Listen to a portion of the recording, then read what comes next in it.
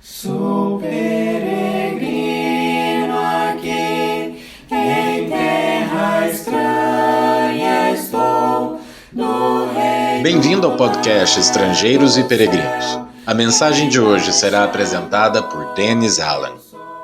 Durante algumas semanas, estou dedicando o episódio da sexta-feira ao assunto da ressurreição. E cai muito bem hoje, porque para muitas pessoas o dia de hoje é conhecido como Sexta-feira Santa, lembrando, neste fim de semana, da morte e ressurreição de Jesus Cristo. Fatos que nós devemos lembrar todos os dias. Mas hoje vamos pensar sobre o que Jesus fez, ressuscitando mortos. E no final do episódio, darei a resposta à pergunta 873 e a nova pergunta do dia. A ressurreição de mortos é um sinal inegável do poder divino. A confiança do cristão na ressurreição para a vida eterna é reforçada pelos relatos bíblicos de várias pessoas ressuscitadas pelo poder de Deus. Nenhuma pessoa nesses registros fez mais quando se trata de reanimar mortos do que o próprio Jesus. Vamos considerar os 4 casos citados nos evangelhos, excluindo a ressurreição do próprio Jesus, que eu quero tratar separadamente. Primeiro, um jovem em Naim. Jesus saiu da sua cidade de residência, Cafarnaum, e caminhou uns 40 quilômetros até a cidade de Naim. Durante essa fase do seu ministério, Jesus foi acompanhado por muitas pessoas. Quando chegaram a Naim, uma outra multidão estava saindo da cidade para enterrar o filho único de uma viúva. Jesus demonstrou sua compaixão e confortou a mãe que chorava pela morte do filho. Qualquer pessoa com capacidade de se simpatizar com uma pessoa em sofrimento teria feito a mesma coisa. Mas o que aconteceu depois não foi um ato de uma pessoa qualquer. Jesus tocou o caixão, parou a procissão fúnebre e mandou o jovem a levantar-se. O rapaz, morto, obedeceu. Ele levantou e começou a falar, e Jesus o devolveu para sua mãe. Jesus fez esse milagre na frente de muitas pessoas, e estas se tornaram testemunhas para muitas outras pessoas. Lucas registra esse fato em Lucas capítulo 7. Segundo caso, a filha de Jairo. Em outra ocasião, Jesus chegava de uma viagem quando Jairo, um dos líderes da sinagoga na cidade, chegou e pediu ajuda do Senhor. O homem explicou que sua filha de 12 anos de idade estava muito doente ao ponto de morrer. Jesus foi com o homem, mas devido à multidão que o acompanhava e uma cura realizada no caminho, ele demorou para chegar. Antes de Jesus chegar ao seu destino, pessoas da casa de Jairo o encontraram e trouxeram uma má notícia. Falaram que não adiantava Jesus ir até a casa, pois a menina já havia morrido. Jesus não desistiu. Foi para casa, onde achou muitas pessoas chorando e já velando o corpo. E quando ele falou que a menina não estava morta, mas apenas dormindo, aquelas pessoas riram dele. É claro que Jesus não estava negando o fato da morte da menina. Ele sabia que o resultado final não seria o enterro de um corpo morto, e sim, a volta da menina com vida. Comparar a morte ao sono é uma maneira de mostrar a confiança da ressurreição. Jesus levou os pais e as pessoas que vieram com ele e entrou no quarto da menina. Mandou que levantasse, e ela se levantou. Encontramos relatos desse milagre em Mateus 9, Marcos 5 e Lucas 8. O terceiro caso, Lázaro, o irmão de Maria e Marta. Em vários momentos, Jesus visitou alguns amigos especiais. Uma família de 3 irmãos na aldeia de Betânia, aproximadamente 3 quilômetros de Jerusalém.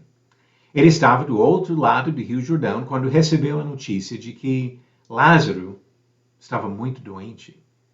Mesmo assim, e sabendo da viagem árdua para chegar a Betânia, Jesus não se apressou. Quando disse que a enfermidade de Lázaro não era para a morte, Jesus não estava mentindo ou negando a gravidade da doença. Ele sabia que o resultado final da enfermidade não seria a morte de Lázaro, porque ele mesmo ressuscitaria seu amigo. Apesar do risco de enfrentar perseguidores violentos, Jesus e os apóstolos fizeram a jornada difícil de volta para a Judeia.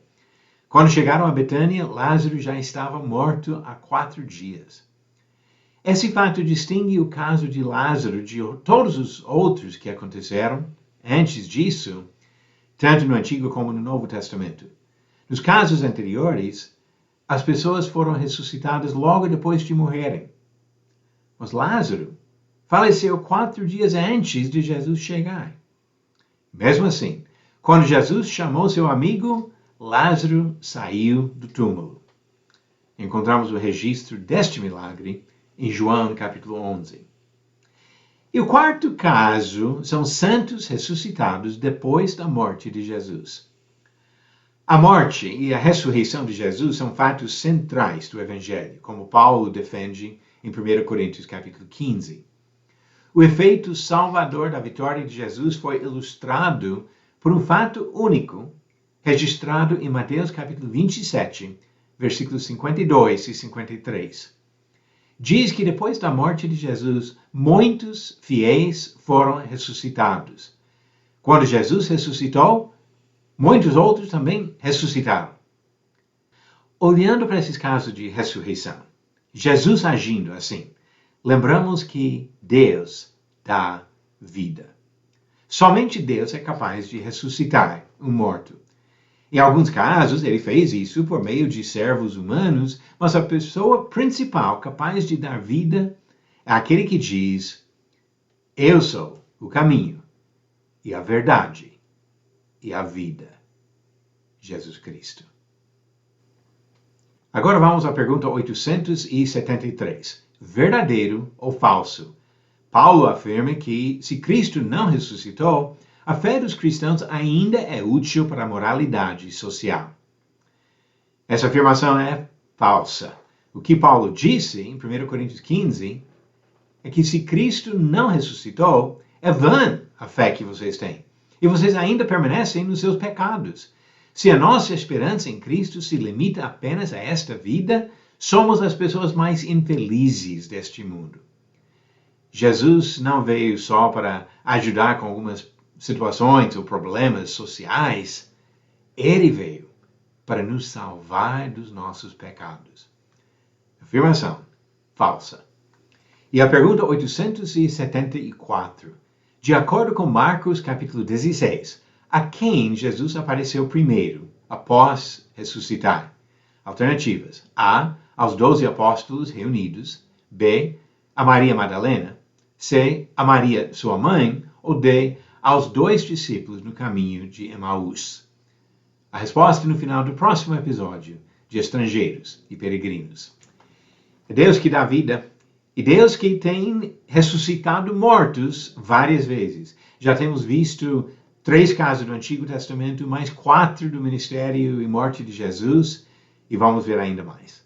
E vamos nos lembrar de que a ressurreição principal, mais importante, é nossa transformação espiritual, para estarmos preparados para o dia final e a ressurreição para a glória na presença do Senhor. Obrigado por nos acompanhar nessa jornada pelas Escrituras. Volte amanhã para ouvir mais uma mensagem do podcast Estrangeiros e Peregrinos.